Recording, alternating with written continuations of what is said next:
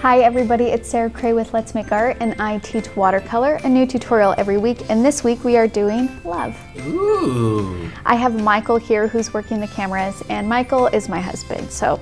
Hi everybody. Just want to let you know. We will be doing this project in 4 steps.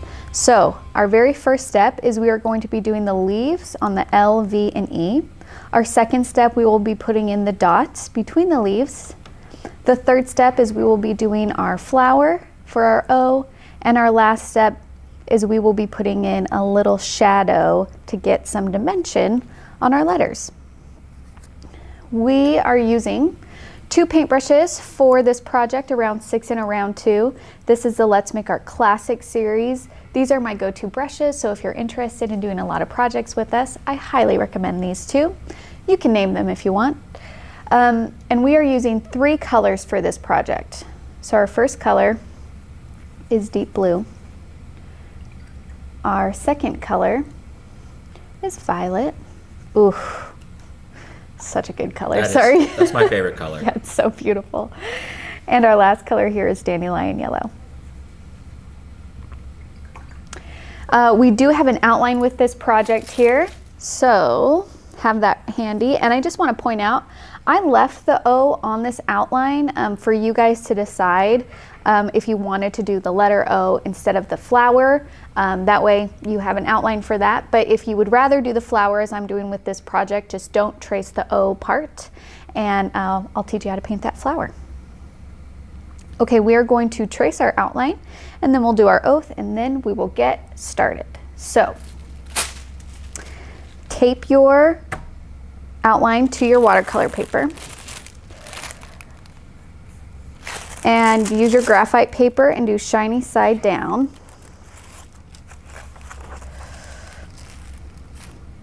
And then take a pen, pencil, back your paintbrush, whatever you have, and any mark that you make, it will transfer onto your watercolor paper. I always like to do a test trace and then lift up and see where I'm at.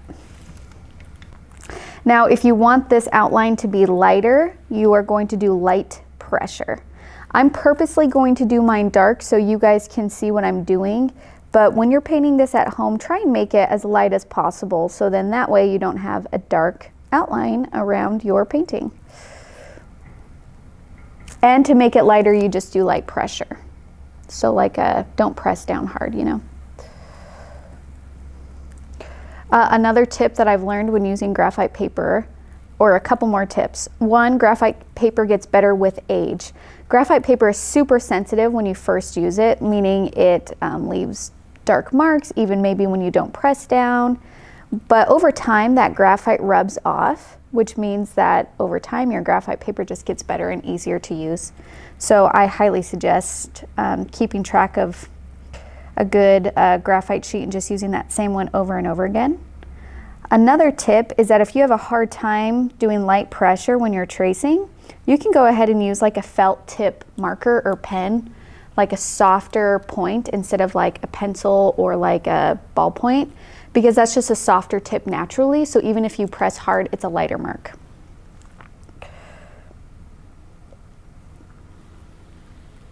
Sarah, would you worry if you were using a felt pen that it would bleed through and get on your graphite paper, or is that not a worry? That's not a worry. I've used many felt tips before and I've never had it bleed through. But even if it does get on your graphite paper, I don't actually think that that would be a problem. Cool. And also on these letters as you're tracing them, if you want to, oop, my line went a little crooked. If you want to square up some of these edges, see how they kind of have a curve, you can square them up. I did a little bit of both, where I left some of them like a soft curve and other ones I squared up just for fun. Why not?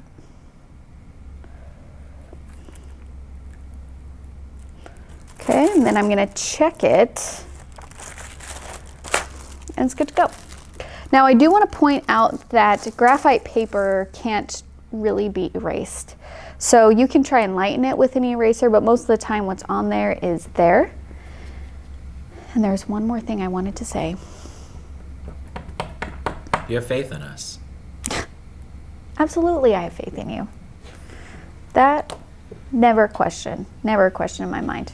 Okay, So let's go ahead and do our oath. So if you can raise your right hand and repeat after me. I promise to be kind to myself. I promise to be kind to myself. I promise not to compare my work. I promise not to compare my work. And I promise to have fun. And I promise to have fun.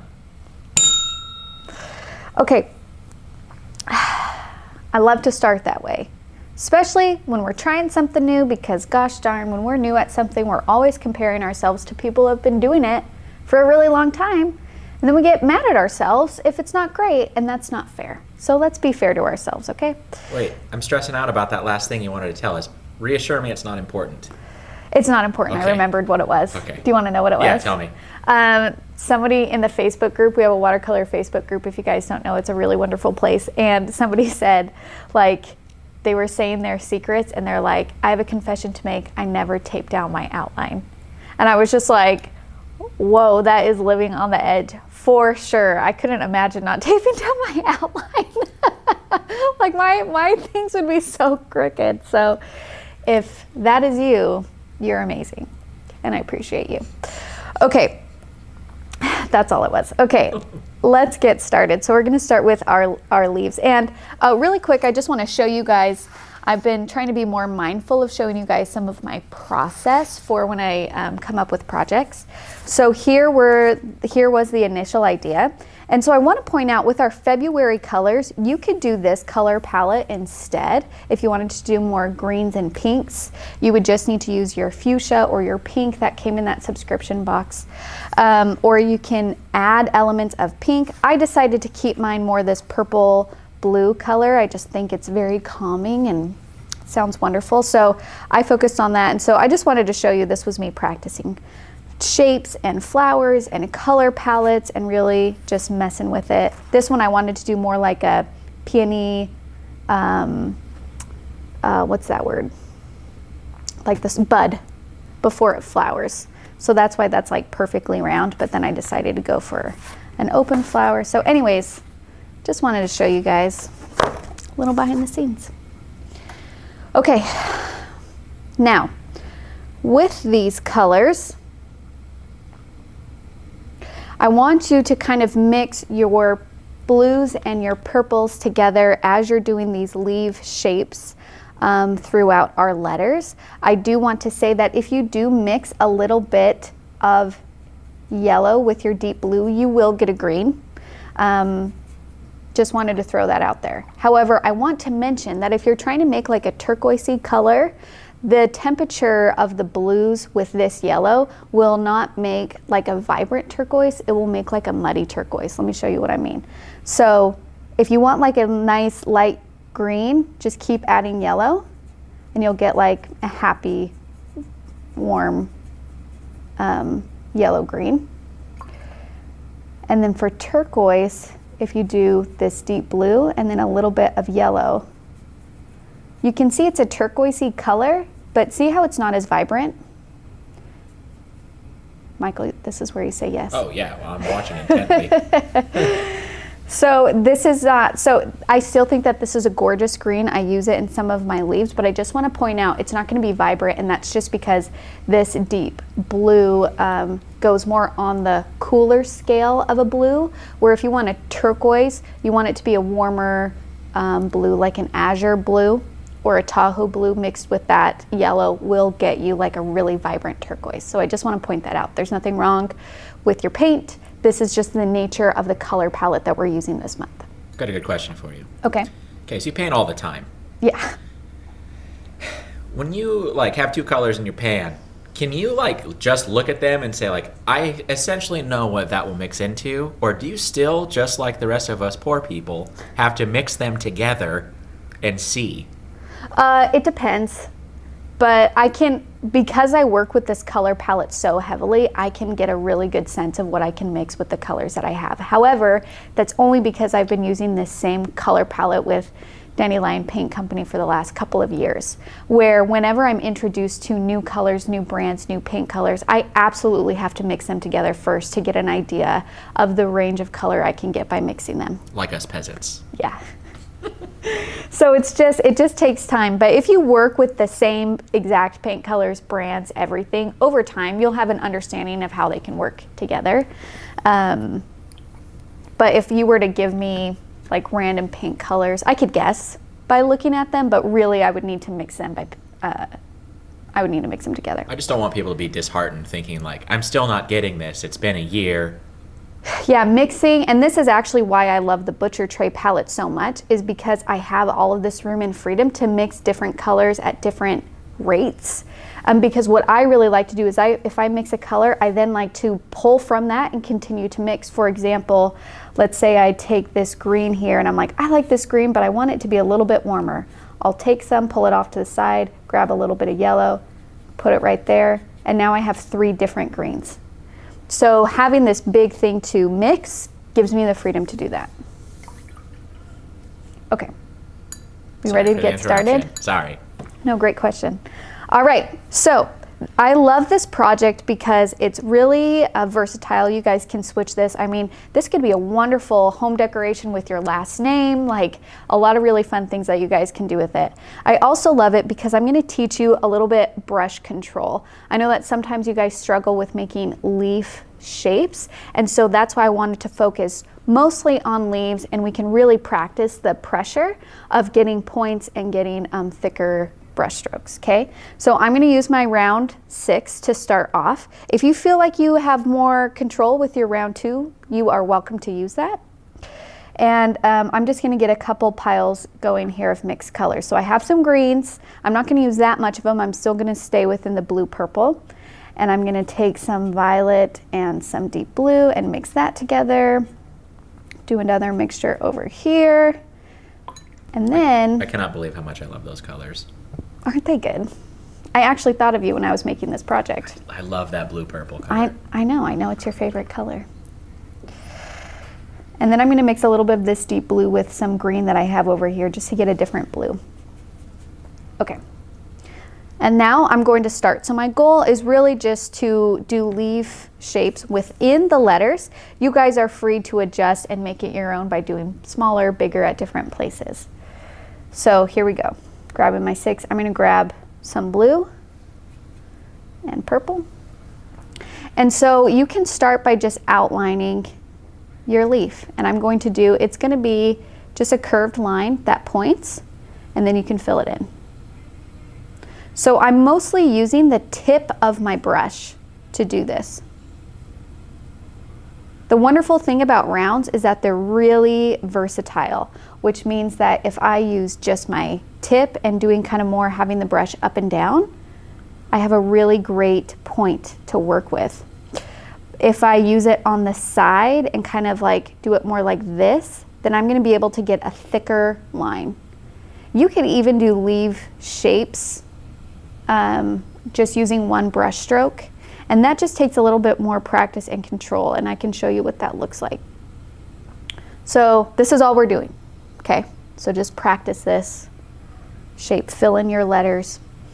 And if you want to try and do a single brush stroke leaf, you can start light pressure, and then you're going to press down hard, and then you're going to lift at the top, okay? But still, even then, you can see it's not perfect. So you can always go back and just reshape it. Or you can just be like, nah, I'm good with outline. One of my favorite artists always says, you know, somewhere in nature, something looks like that. I can't remember her name. Sarah something. She sounds really amazing. Yeah, and that's the amazing thing. Like, this is my go-to shape for leaves. And I'm a fan of, like, really narrow at the bottom and top kind of shape. However, going out into nature, there's so many different shapes, there's so many different leaves, and even with the ones that are kind of more this narrow, wide, narrow, there's variation within those as well. So please don't feel like you have to like copy the shapes exactly. Let there be variation within your leaves the same way as we would see out in nature, you know. Embrace them for what they are, instead of saying like, oh, you don't look exactly like this one over here, you know? Gosh, I love that like blue, this like desaturated blue with that purple, I think is really nice. It's really good. Also allow yourself to have different values here. Value is the lightness and darkness of a color. So maybe on some of these, you have a little extra water when you're painting. That's going to make a lighter value. And then maybe on some of these, you have a lot of paintbrush on your brush, and that's going to make a darker value. And allow there to be variation, which means some light, some dark. Play with it. I feel like this is like jewel tones. It's very calming. I really enjoyed making this box. I think this color palette was like what I needed to feel a little bit calm during this hectic time. It's wintry but cozy. Yeah. And you'll notice that I'm getting some gaps here. And if you want to try and put tiny little leaves inside those areas, you can, or we'll go back and we will fill those with little dots. And the purpose of the dots is really just to kind of like fill up the space and make it more cohesive, kind of like all fit together nicely. And sometimes I played with these little leaf shapes and the dots, like here I'm doing a little flower. You see? You see the little flower? I do see the little flower. You can put a little dot in there. But please feel free to play with patterns and different shapes. I'll do one more down here. Okay, and then I'm going to do the same thing on my V and my E.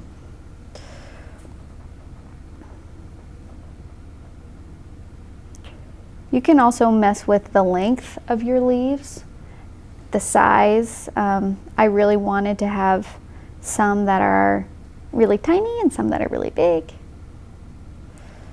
I have a question, and I'm trying to wait till we have a space here. So you keep painting, and Okay. I'm going to ask it. Okay. How did you land on the round 2 and the round 6? Was it by chance? Did you just experiment? Are they just far enough away from each other?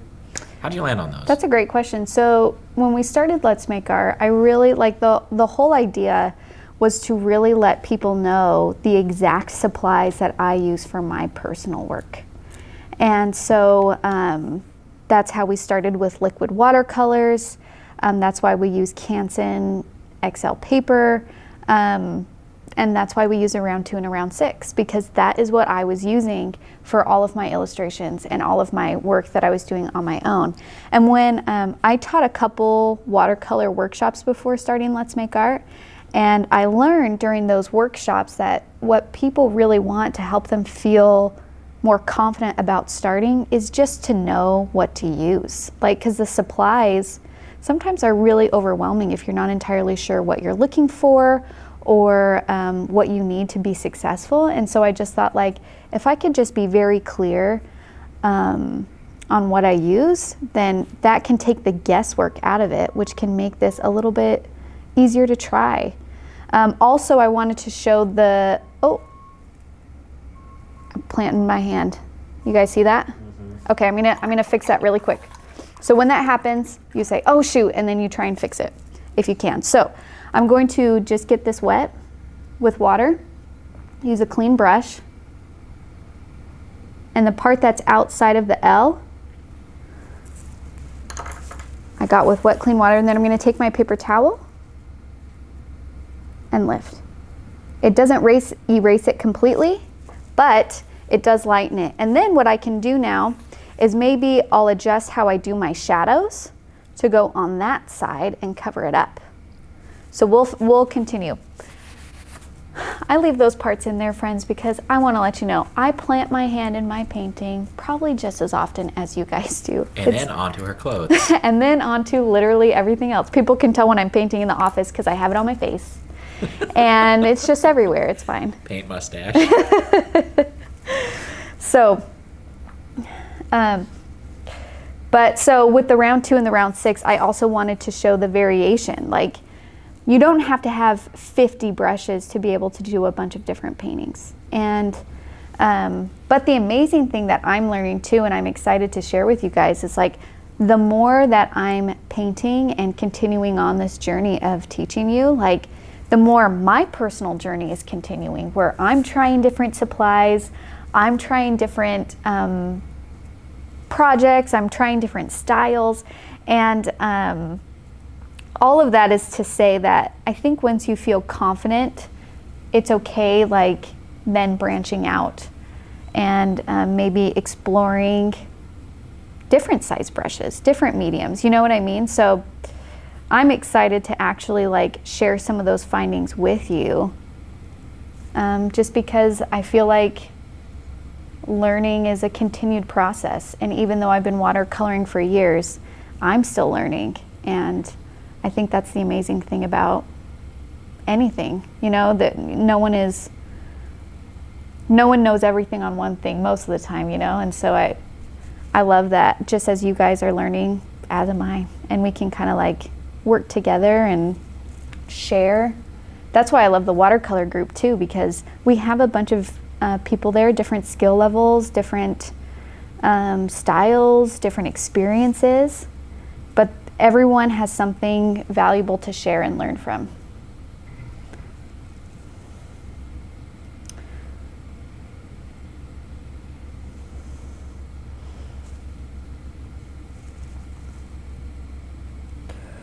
So again, just kind of drawing in the curved lines to a point.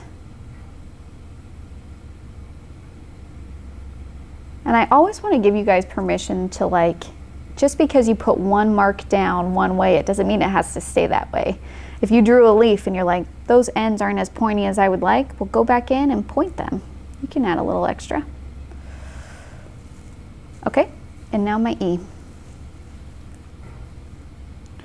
So if you're stuck at home with a 3 and a 7 instead of a 2 and a 6, you could totally do all these projects. You can absolutely do all of these projects, absolutely. And some people have asked about like what other brushes I recommend. So it also depends on like what, because like as you guys paint and learn more, you will gravitate towards style or a subject matter. And some brushes do better than that for others. Like for example, if you love doing big landscapes or painting big, you probably are going to want to use larger size brushes than around 6 and around 2, just because you'll be able to cover more space faster. And especially with watercolor, using a brush like a wash, which is like the square tip ones, those are really helpful for when you're doing landscapes, because you can get a nice even wash or layer pretty quickly. That's funny. That makes sense. It is format dependent. You probably stick with these brushes because you paint on a very similar size paper. Yep. Every project. And the reason why I also paint on a similar size paper, this 9x12 paper, it's a very standard size in drawing and painting, this 9x12. Also because a lot of my work I create digital work from it, or I do illustration, so I scan it.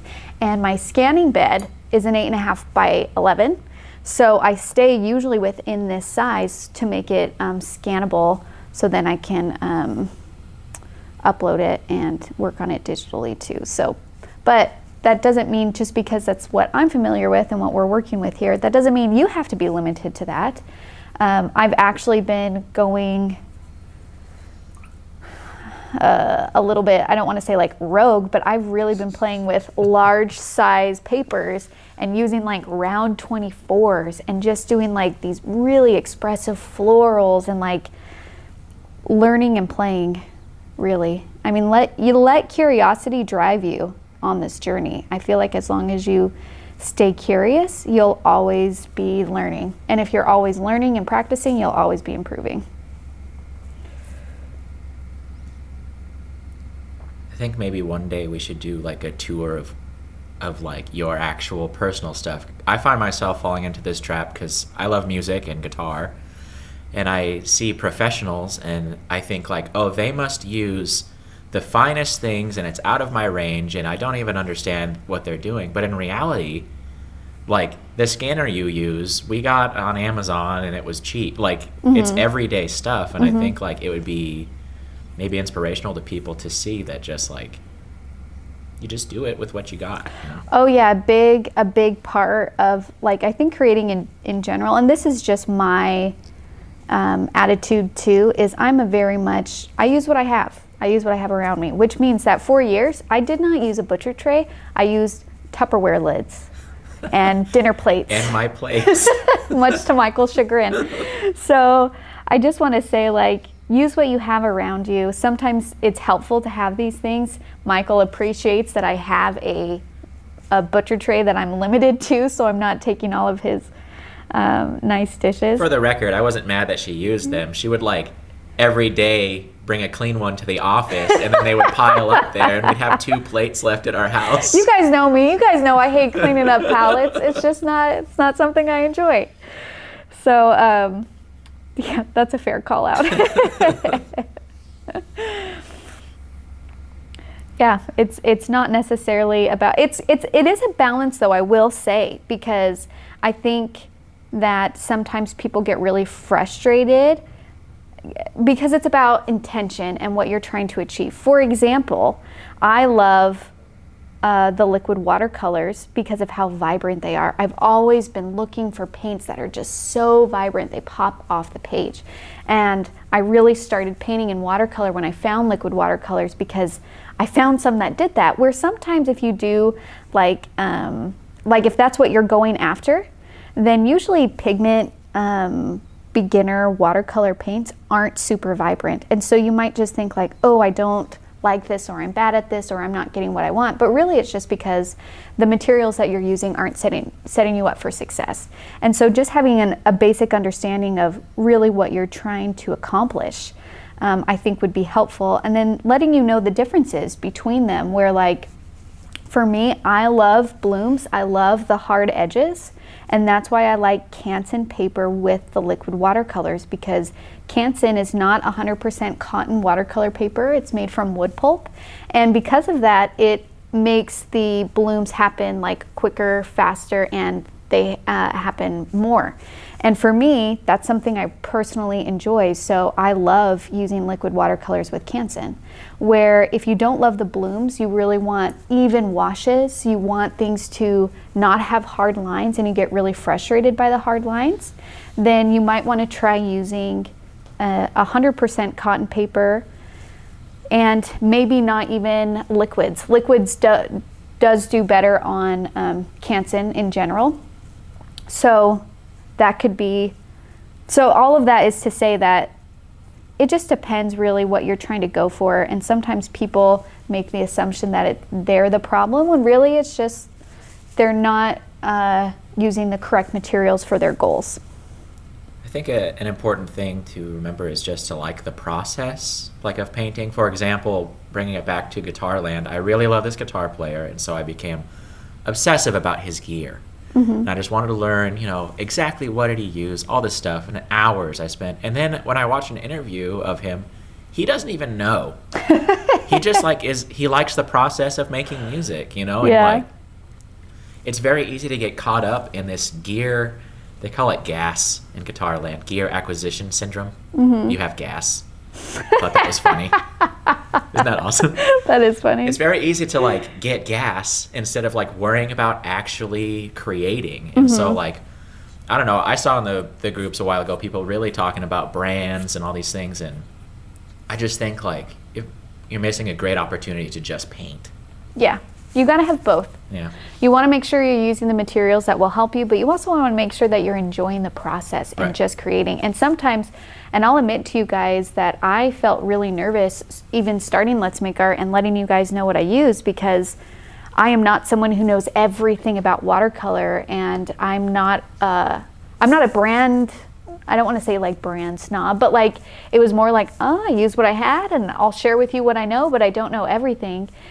So just don't let your lack of knowledge stop you from trying. Stop you from really going out there, because you will learn as you go, the same way that I am, same way that you guys are. Okay, so we finished step 1, and we're gonna move on to step 2, which is just putting in the little dots in between here. So this is really just to fill up the space in between my leaves. I love using little dots in illustration. They're a great way to compositionally fill up space without making it too heavy. So just in these bigger spaces, I'm going to put some dots. There's no rhyme or reason to it, just basically what feels right. This is a great practice in understanding spacing. So what I mean by that is look at the blank area around places as much as the things that are there itself. And I like to try and have even spaces around my things because like I'm going to do it just to prove my point to you guys, okay? But I don't recommend you doing this at home. So for example, I kind of have a similar spacing all around on my leaf, on my L, okay? But what if I went in here and just like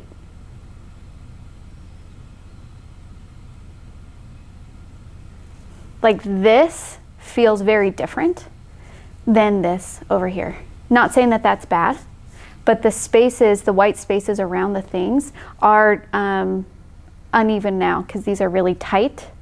And over here, they're more evenly spaced. Just use that information to your benefit.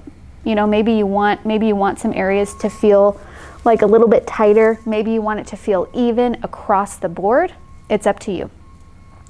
And this all goes back to composition. This is just a great practice in understanding spaces between composition. I'm going to go ahead and refer to those as berries from here on out. They just remind me of like little holly berries or something. Yeah, cute little berries.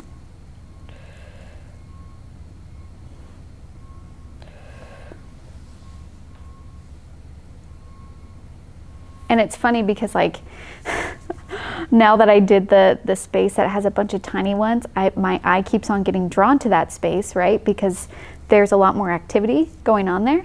And it's making me feel like my L is not balanced. And it's taking everything in me not to do those tiny little dots just across the entire thing so it feels even. I'm not going to. But that's what spatial components, that's what that does. If there's a lot in one area, it makes it feel a little bit more active. And if it's kind of the same rhythm across evenly spaced, it then makes it feel static.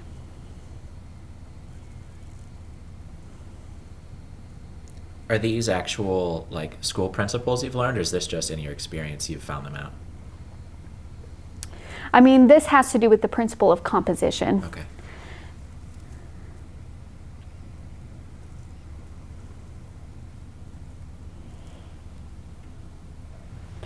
Okay, that feels good.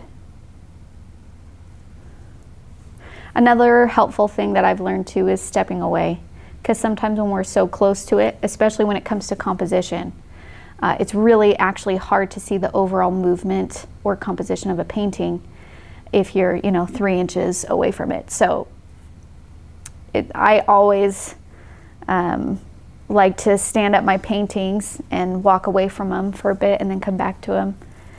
Another one you mentioned that I really like, and I actually do it with my own art, well, picture photography usually, but is to take a picture of it on your phone and look at it just from a different perspective, Yep. 'Cause it really does look different.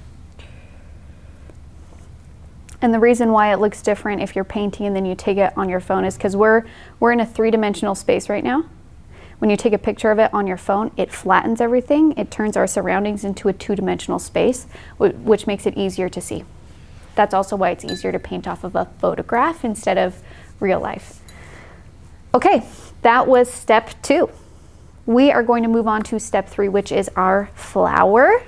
And before we do that, I just want to give you guys an opportunity to practice. So if you look at our flower here, I'm going to use my reference photo so we can have it up. Down a smidge. Oh, yeah, there. Good. So this flower is angling away from us a little bit. That's why we see the sides of these petals and why we can't fully see the center. If we were looking at the center from a bird's eye view, which is right overhead, then the flower center would be right in that middle. But because I want it to have a little bit of movement, I'm angling it away from me a little bit. And then that will affect how many petals I can see on the far side of the flower, and then as well as the shape of what I see on this side. So in order to do this, I'm going to use my round 6.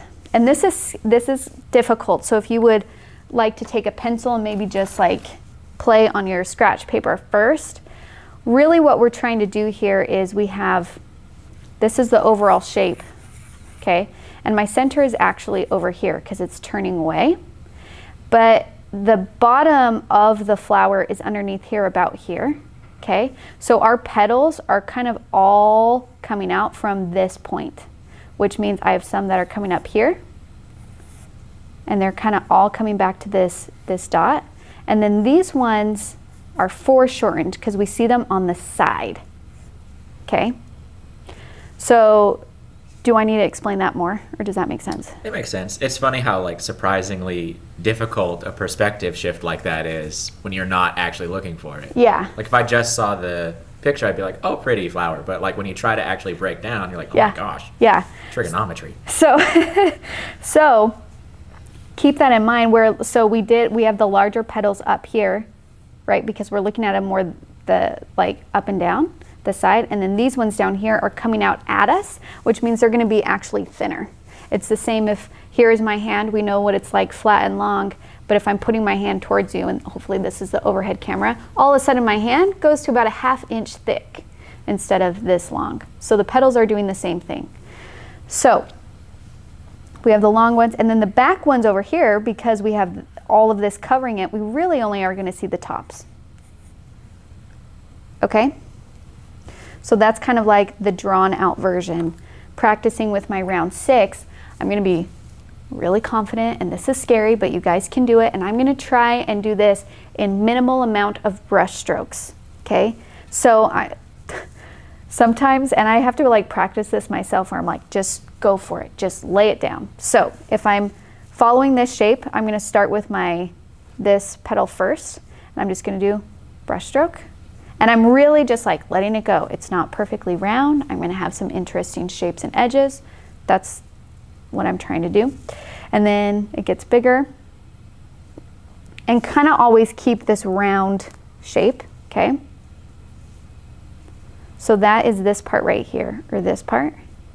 And then as I get to the petals that are kind of coming out at me, they're going to be more thin lines coming out. Okay, and then we have the back ones, and leave a little bit of space in the middle for your yellow that we'll put in there. And then I'll do a little bit more on the sides to make it feel fuller, thicker, more petals. So I'll just boop, boop, boop. And if you want to exaggerate this kind of center part where it's coming out, you can always go back in and really point to that. Brains are so crazy. I know. You could just like take a minimal amount of information and really just like draw a conclusion that that's a flower. You know? I know. It's amazing. Okay. So the only thing with this is because we don't have an outline, I want to try and make sure that my flower doesn't feel too wonky. Like I don't want it like over here. Okay, so just like, sometimes I just like mentally draw in my head where I want this to be. And that just helps me, and I know that sounds silly, but it actually is a little bit helpful. Because of the sheer roundness of this flower, I can't have it be perfectly round, like tall, to match this L, because then that would make it super wide. Does that make sense? So I actually have to shrink it down a little bit for it to fit within this space, which means it's just going to be shorter, okay? And if it's helpful for you just to use like a little pencil to kind of like, I know that I want my flower to be about here, you can. And you can even play with it. You're like, oh, maybe I can actually make that a little bit bigger. And I'm just doing light, really light sketching. You know what an African daisy is? Mm-mm. Like a purple daisy? Mm-mm. Oh, it'd be kind of pretty right there, like bird's eye view for the O. You know, with like the tiny little petals coming off of it. Yeah, you can do so many different flowers here. Okay, so I'm just going back to my drawing. I'm going to leave this up here if it's helpful for you guys to have this little sketch reference. And so if this is kind of the bud part that everything pulls out from, it's not perfectly in the center, it's kind of lower, but it's not perfectly at the bottom either, because remember, it's on its side. So it's right here, and I'm just going to boop, kind of do this round 2, 3, 4. Okay. Also, add a little bit of water to your violet, because you're going to get some gorgeous light purple in there. Look at that. And then we have it starting to come out from this dot. So kind of more thin brush strokes. Okay. Don't judge it yet. Give it time to be a flower. And then do the back petals. Side petals. Okay. And then kind of mess with it where it's just like, okay, this is starting to feel a little bit more like a flower, but I don't want it to feel so spaced out. So I'm going to like go in and connect some of these a little bit. And this is where if you really do want to round the tops on some of these petals, you can. I'm not going to do it a lot, but maybe just a little bit. Have this kind of come out a little bit wider. And just kind of feel, I'm just trying to make it feel a little bit more full. So I'm going to do some really light value petals along these edges here. Oh, that is looking good. Yes. Okay. Now again, if it's just easier for you to do a daisy flower, open face up above with the center and then the petals around the edge, do that. If it's easier for you to do your O, do your O. If you wanted to play with other round flower shapes, please feel free to make this your own. It doesn't have to be exactly like mine. And then now what I'm going to do is I'm going to do the yellow little dots for the center. Like that. And that brings us to our very last step, which is our shadow. Now for this shadow, I kind of wanted it to feel like a different color and a different value. And I'm looking at where I want to put my shadow. So on my reference photo, I put it on the right-hand side of all of my block letters. So I have it on this and this. So just kind of poking out on the right. Now earlier I said I might switch that because of this little blunder here. But I actually don't think that that is sticking out that much. I forgot it happened. Yeah, so and I feel like this is sticking out a little bit more. So I'm going to actually continue with my shadow on the right-hand side. Also a really great tool to have to help you lift up little mistakes like this is a magic eraser, that cleaning tool. If you softly rub with clean water, if you tear off a little piece that's clean and you dip it in clean water and wring it out so it's not dripping, and then you softly rub, this will come up easy, like no problem will come off. But if you rub really hard with that magic eraser, you'll degrade your paper, so just be gentle. Okay, so I wanted to do kind of like a light blue. So I'm going to introduce a little bit, just a little bit of yellow into my blue, and then add a lot of water to it. So this is a light desaturated blue. Almost like a gray blue. But you guys can make this color purple, you can make it whatever you want. Okay. Now I don't want to start with my L because I just painted this and I don't want to plant my hand in it, so I'm going to start with my V and just on the right hand side, and if I still have my outline here, I can actually just paint along the outline. And I'm using my round 2.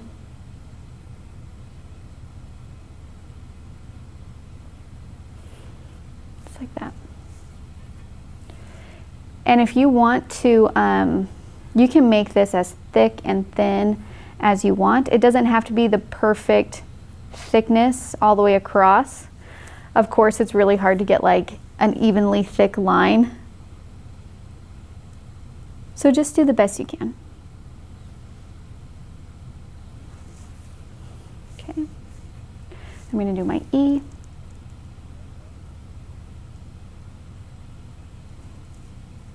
And this, again, it's just to give our block letters a little bit of dimension. Means it's popping off the page. And sometimes something as simple as a little bit of a shadow is all you need to make it feel like it's popping.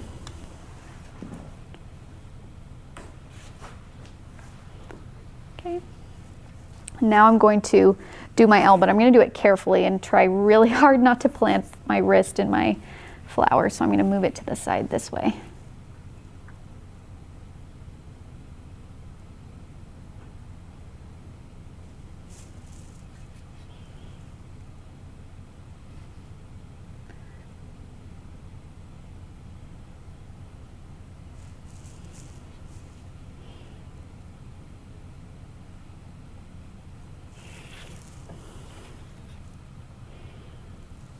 That's it.